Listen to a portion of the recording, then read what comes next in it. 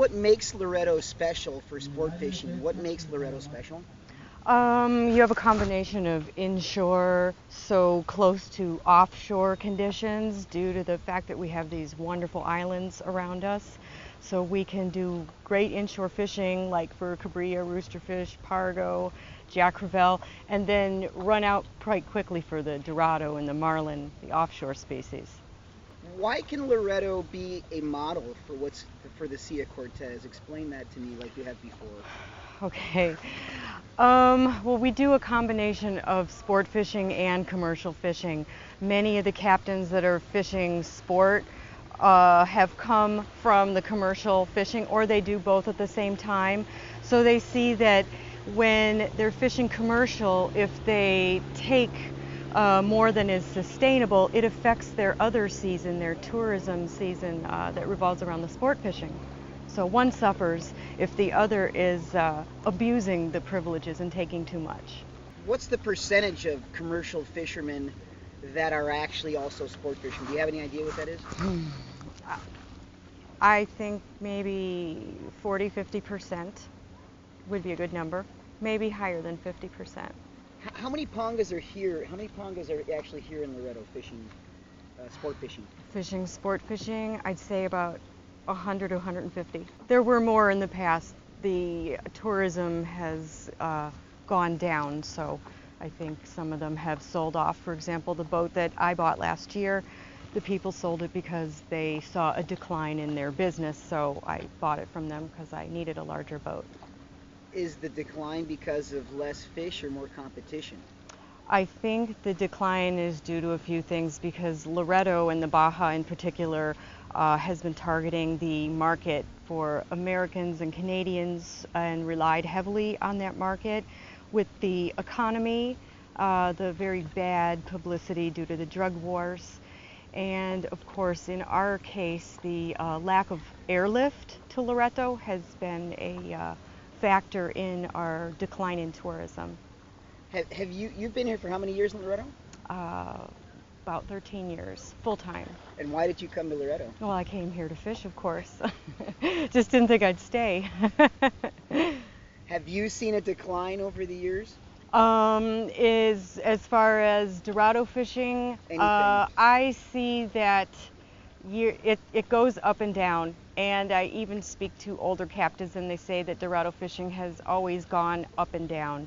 I've seen a decline in perhaps quality and quantity of the dorado fishing, but back in 2008, we had a phenomenal year. 2009 looked like it was going to be another very good year, and then it was hit very heavily by the commercials. They were very aggressive coming into our area.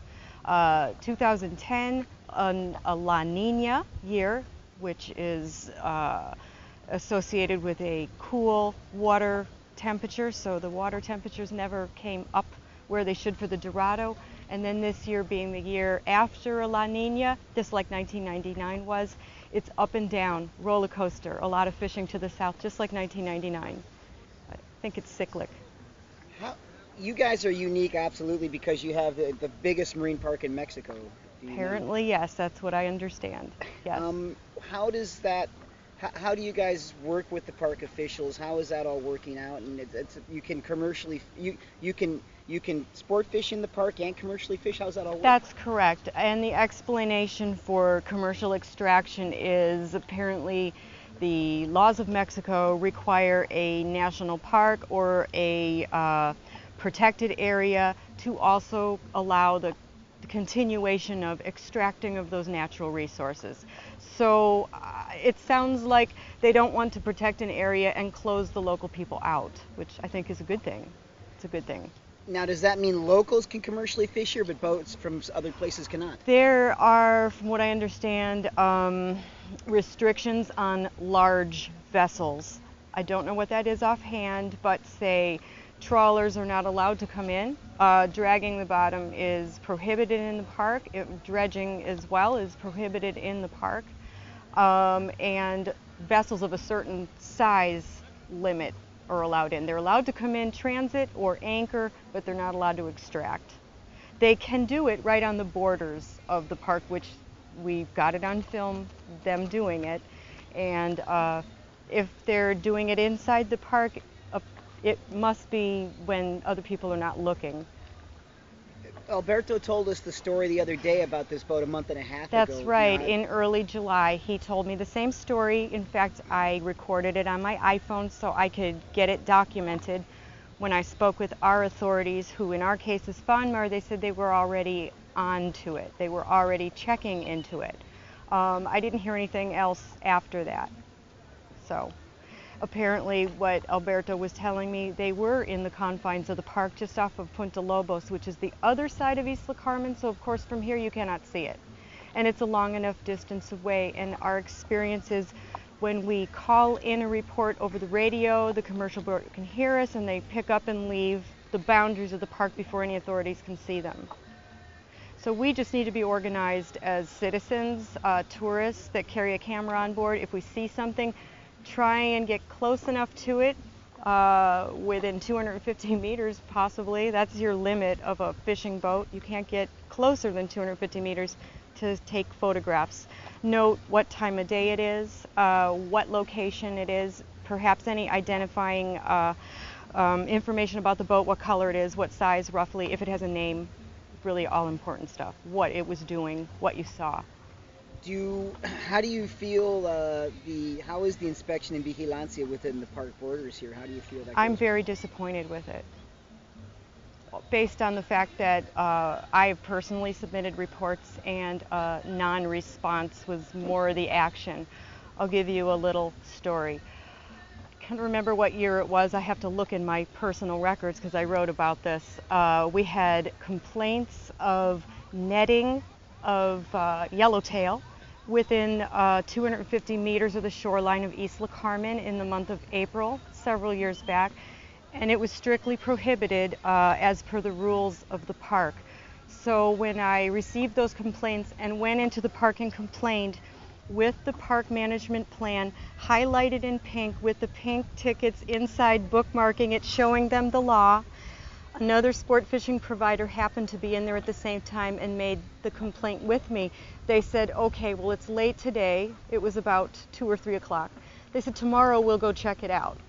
Instead of going to Isla Carmen where this was taking place, which was 8 to 10 miles away, they chose to go to Isla Catalan and check for marine park tickets of the tourists. Catalan is over 30 miles away. So I don't understand what happened there.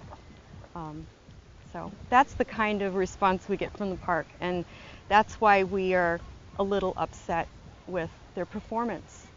The A&P, they don't do the inspection and vigilancia, right? It's still got to be Conapesca, right? Or Profepa. I honestly don't know what their rules are, who is in charge of what.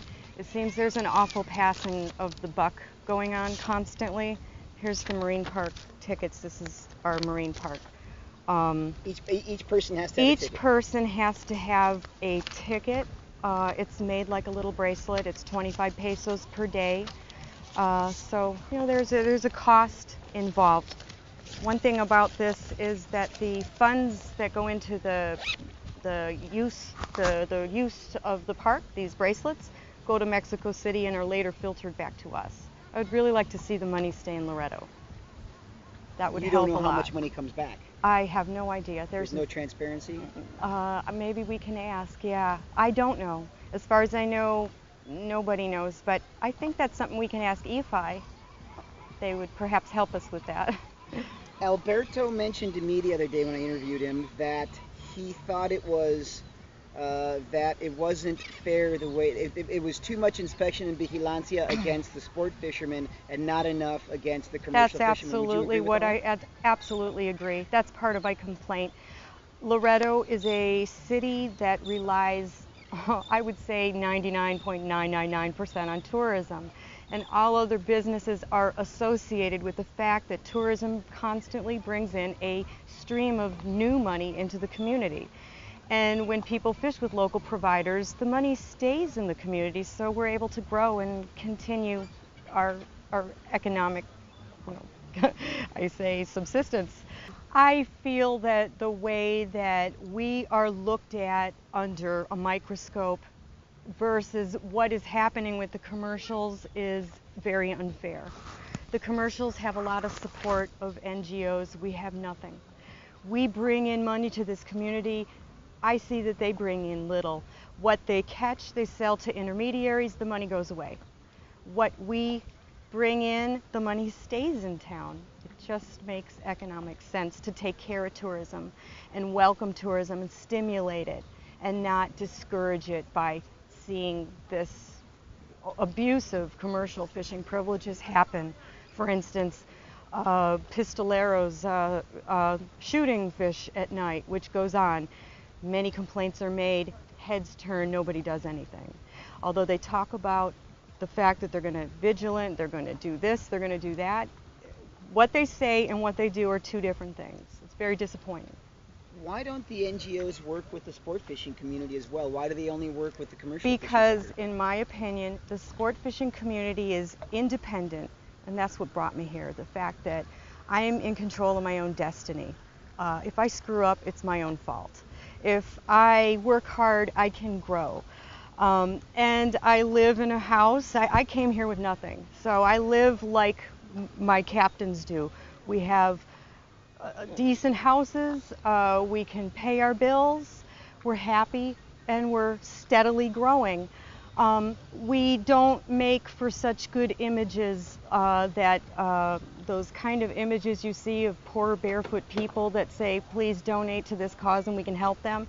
We don't make good images like that. So perhaps that might be the reason, or one of the many reasons. They also see sport fishing as elitist, unnecessary. We have commercial fishing or feeding the world. We have sport fishermen or just fishing for fun. It's a bunch of tourists that have money. They can go to the store and buy their food and eat. It's not necessary. However, it's a necessary part of Loreto's economy, and I would imagine the economy of most of Baja California Sur. If it weren't for the fact that the tourism were coming, we as citizens would not have this new constant stream of new income coming in to spend money on the businesses of the local town and our surrounding communities. That money wouldn't come. So I just think that it makes logical sense to preserve it and enhance it and continue its growth. Why I don't work with the NGOs anymore? Because they're very good at asking for money, and they're very good at bringing out emotions into people to make them want to donate, and they're very good at writing up vague presentations saying all the things they're doing, but as a citizen I see that nothing is happening to positively affect our lives. And I see another thing that's even more disturbing, that they're acting as a barrier between citizens and our government. We have a nice direct line of communication.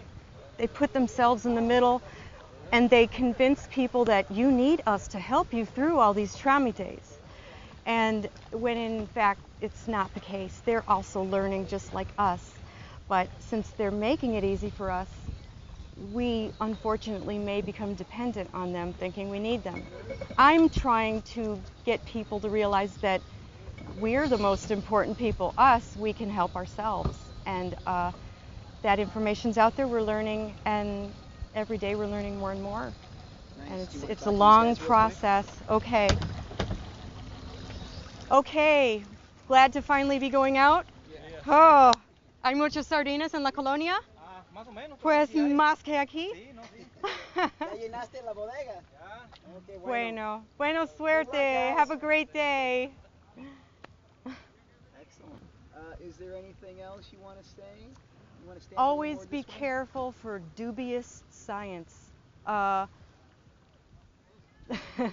Organizations like to use the science and use that as the basis for what they're trying to promote. But understand that statistics can say anything you want. You can collect data points and throw out those that don't agree with what you want to present. I was a scientist. I understand that. I try to explain that to people so they understand. There's a lot of, here in Mexico, I see scientific type people seem to be more entrenched with the laws, this ley, this articulo, more than they are in the science, and to me that's very disturbing. Very disturbing. They're not in the field. And that's right. one of I agree. True scientists are out to find the answer to a question. And if the answer isn't necessarily what they want to find, they still have to report it. That's ethical, good science. I'm seeing a lot of the opposite, unfortunately. Yeah. Yeah, well, Conapesca certainly paid, like it was the Sibnor like the study. Sibnor study was very poorly done. I could pick apart the 250 plus page report. Data points are severely lacking. No data points from Baja Sur. Why? Since we depend so heavily on tourism, of course those data points wouldn't have agreed with what they wanted to present. There's just one example of what I was just saying. Okay. Did you read the study, the 2006 Most of it. The only problem is my eyes, for a paper of that length in a language that's not my mother language, I need to print it out. And I don't want to print out 250 plus pages, but I probably will when my new ink system arrives. We can't even get ink cartridges in this town. And it's an old study now. That was 2006. Yes. We're in 2011. I would be very curious to see their genetic studies and the observations and conclusions that they made based on what they found. I'd be really curious because that was the kind of work I used to do. They only took 5 data points, right?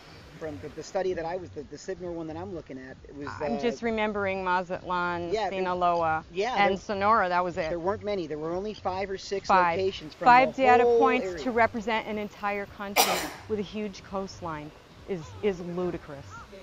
Absolutely. One that stood out because I wrote it in the Peninsula is the Mazatlan study of one landing in Mazatlan. Only 9 or 10% of the people were there to catch Dorado. All the rest were there to catch something else.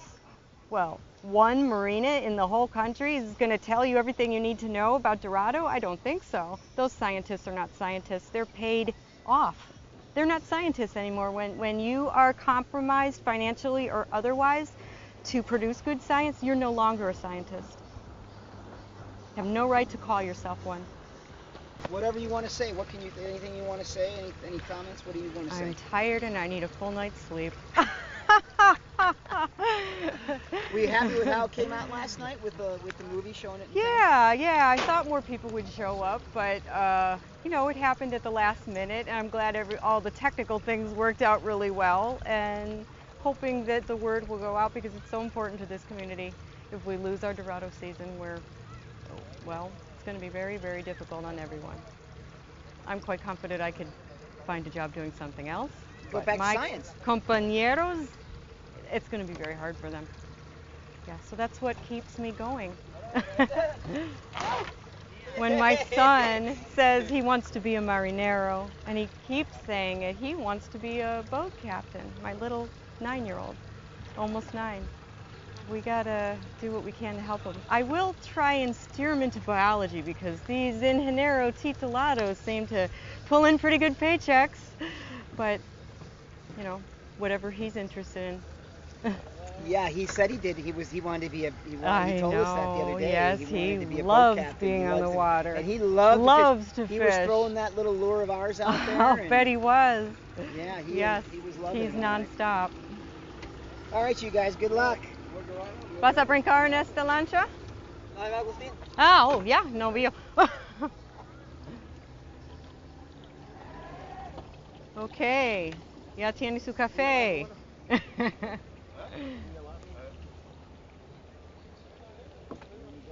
hopefully they do it.